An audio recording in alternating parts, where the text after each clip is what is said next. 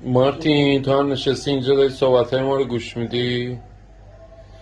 بیشتر خبر بوی ندارم. همه چی میاد. بل نسبت بوی ان میاد ولی بوی عید نمیاد. عید نیست، عیبه. والا به قرآن. چه عیدی؟ همه بی‌حوصله، همه بدبخت. میگه آمریکا گفته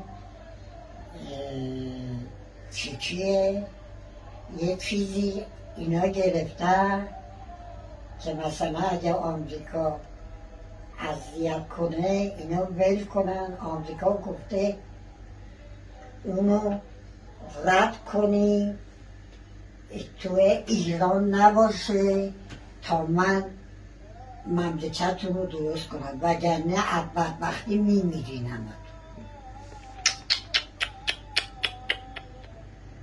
تو این اخبار رو از کجا پیدا میکنی؟ کی؟ تو از کجا خبردار میشی این چیزا رو؟ نمیدونم کی به این گفت.